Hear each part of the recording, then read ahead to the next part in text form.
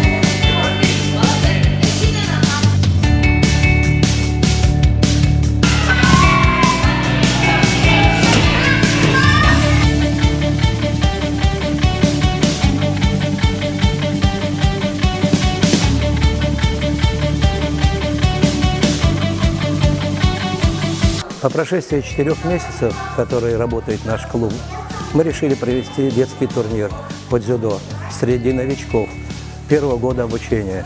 Дети были 6 лет, 7, 5-6 лет, 7. Турнир мы пригласили клуб «Дарк» для того, чтобы совместно с ними провести этот турнир. Турнир получился неплохой, можно сказать, да, дети активно участвовали, кричали, боролись, были радостные. Все получили подарки. Это самое главное для детей – получить подарок, диплом и все остальное, которое требуется. Этот турнир первый в этом здании. Я думаю, что он прошел на хорошем уровне. В настоящее время мы работаем по увеличению посещаемости клуба и привлечению других видов спорта.